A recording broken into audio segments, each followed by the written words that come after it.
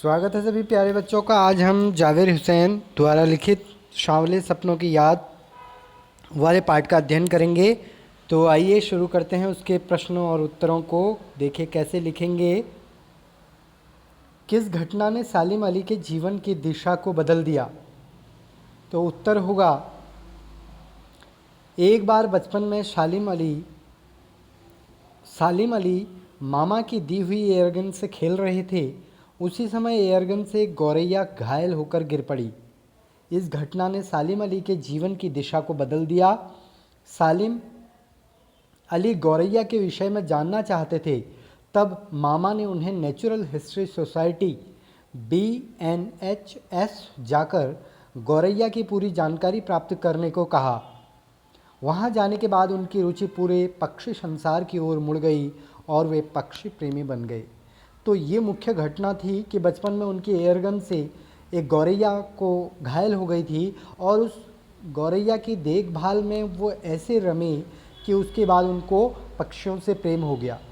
अगला प्रश्न है, सालिम अली ने पूर्व प्रधानमंत्री के सामने पर्यावरण से संबंधित किन संभावित खतरों का चित्र खींचा होगा कि जिससे उनकी आंखें नम हो गई थी?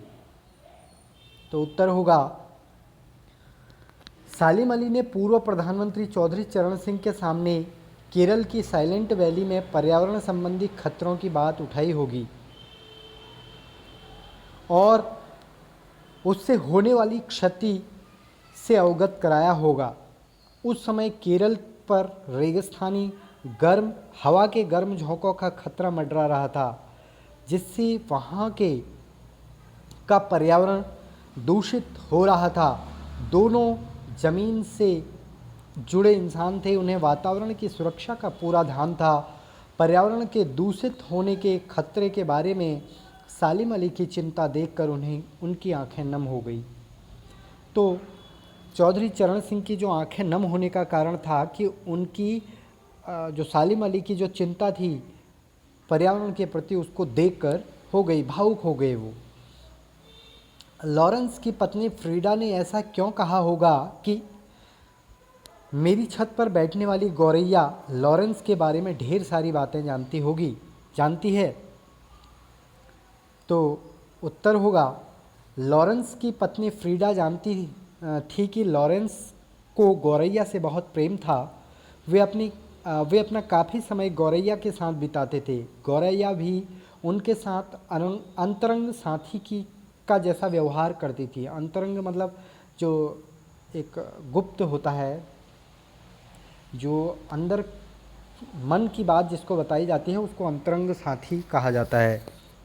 तो दोनों एक दूसरे के साथ प्रसन्न रहते थे। उनके इसी पक्षी प्रेम को उद्घाटित करने के लिए गौरैया ने फ्रीडा लॉरेंस ने यह बात कही होगी, उन्होंने यह वाक्य कहा। तो फ्रीडा लॉरेंस ये जानती थी कि उनके पति मेरे से ज़्यादा समय, परिवार से ज़्यादा समय गौरैया और पक्षियों को देते हैं, इसलिए गौरैया उनके बारे में ज़्यादा जानती होगी। आशय स्पष्ट कीजिए। वे लॉरेंस की तरह नैसर्गिक जिंदगी का प्रतिरूप बन गए थे। अंग्रेजों के कवि लॉरेंस प्रकृति प्रेमी सरल स्वभाव के थे। प्रकृति के प्रति उनके मन में जिज्ञासा थी। उनका अधिकांश समय प्रकृति के सानिध्य में बीतता था। सानिध्य मतलब साथ में बीतता था। उन्हीं की भांति सालिम अली भी स्वयं को प्रकृति के लिए समर्पित कर चुके थे। सालिम अली का व्यक्तित्व भी प्रकृति की तरह सहज, सरल और निश्चल हो चुका था। अगला प्रश्न देखते हैं। कोई अपने जिस्म की हरारत और दिल की धड़कन देकर भी उसे लौटाना चाहे तो वह पक्षी प्रेमी अपने सपनों के गीत दोबारा कैसे गा सकेगा? इसका आशय बताना है, अर्थ बताना है कि इन पंक्तियों में क्या आशय छुपा हुआ है। तो देखिए, लेखक कहना चाहता है कि सालिम अली की मृत्यु के बाद वैसा प्रकृति प्रेमी और कोई नहीं हो सकता। सालिम अली रूपी पक्षी मौत की गोद में सो चुका है। अब अतः अब अतः अब अगर कोई अपने दिल की धड़कन और अपने शरीर की हलचल उसके शरीर में डाल भी दे तो भी वह पक्षी प्रेमी फिर जीवित नहीं हो सकता, क्योंकि उसके सपने अपने ही शरीर और अपनी ही धड़कन से उपजे थे।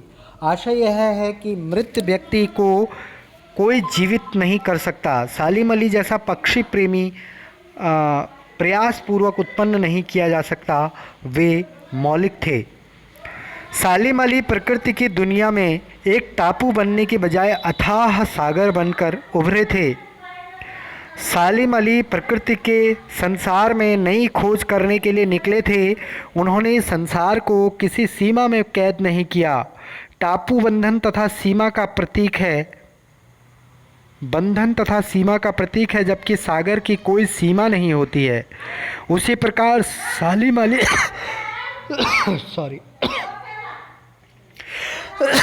अपनी खोज करते थे। अंतिम समय में उनके गले में पड़ी दूरबीन उनके शौक के प्रति उनके समर्पण का प्रतीक है। इस पाठ के आधार पर लेखक की भाषा शैली की 4 विशेषताएं बताइए। सांवले सपनों की पाठ नामक पाठ की भाषा शैली संबंधी विशेषताएं निम्नलिखित हैं। लेखक ने इस पाठ में मिश्रित शब्दावली का प्रयोग किया है। इस पाठ में लेखक तद्भव और संस्कृत शब्दों का सम्मिश्रण है। इनकी शैली चित्रात्मक है। पाठ पढ़ते हुए इसकी घटनाओं का चित्र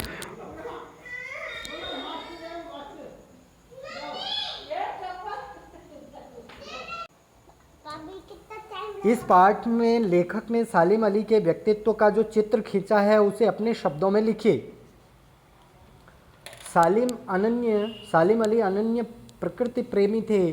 प्रकृति तथा पक्षियों के प्रति उनके मन में कभी न खत्म होने वाली जिज्ञासा थी। लेखक के शब्दों में उन जैसा बर्ड वॉचर शायद ही कोई हुआ होगा। आगे उनका स्वभाव भ्रमणशील था। लंबी यात्राओं ने उनके शरीर को कमज़ोर कर दिया था। व्यवहार में वे सरल, सीधे और स्पष्टवादी थे। वे बाहरी चकाचौंध और विशिष्टता से दूर थे। जीवन के अंतिम समय तक वे पूर्ण निष्ठा से अपनी खोज में लगे रहे। अगला प्रश्न है, सांवले सपनों की याद शीर्षक की सार्थकता पर टिप्पणी कीजिए। सांवले सपनों की याद एक रहस्यात्मक शीर्षक है। यह रचना लेखक जावेद हुसैन द्वारा अपने मित्र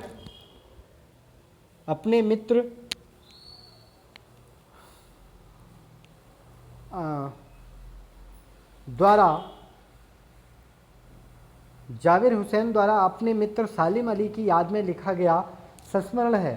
सालिम अली के मृत्यु से उत्पन्न दुख और अवसाद को लेखक ने सांवले सपनों की याद के रूप में व्यक्त किया है। सांवले सपने मनमोहक इच्छाओं के प्रतीक होते हैं। सालिम अली जीवन भर सुनहरे पक्षियों की दुनिया में खोए रहे। वे उनकी सुरक्षा और खोज के सपनों में खोए रहे। इसलिए आज जब सालिम अली नहीं रहे तो लेखक को उन सांवले सपनों की याद आती है जो सालिम अली की आंखों में बसते थे। तो सांवले सपनों की याद शीर्षक इसलिए दिया है क्योंकि जो पुरानी यादें हैं वो धुंधली हो चुकी हैं, सांवली हो चुकी हैं और लेखक को वो बातें याद करके उन्हें दुख पहुंचा रही है, सौरव पहुंचा रही है। प्रस्तुत पाठ सालिम अली की पर्यावरण के प्रति चिंता को अभिव्यक्त करता है। पर्यावरण को बचाने के लिए आप कैसे योगदान दे सकते हैं? तो पर्यावरण को बचाने के लिए निम्नलिखित योगदान दे सकते हैं। हमें पेड़ों